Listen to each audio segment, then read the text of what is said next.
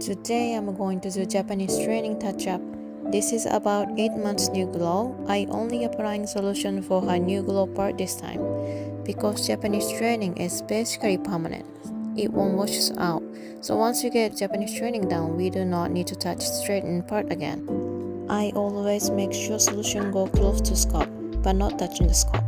If you touch the scalp with too much solution, it causes hairband and breakage. Fast solution affects the results, so must be very careful. Now let's check the hair. I left about 20 minutes. Touch and feel the hair is softened enough. Pinch the hair and the hair gets bent like this. Time to rinse out. I put Shimshi treatment and bubble bath for 5 minutes.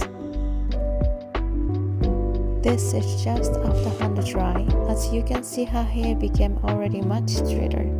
Completely changed her curl patterns. If you still see the same strong curl patterns as before, that means most likely hair is under processed.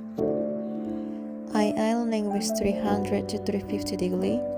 I always use lower temperature when I ironing the nape or the baseline because hair is very fragile around the area.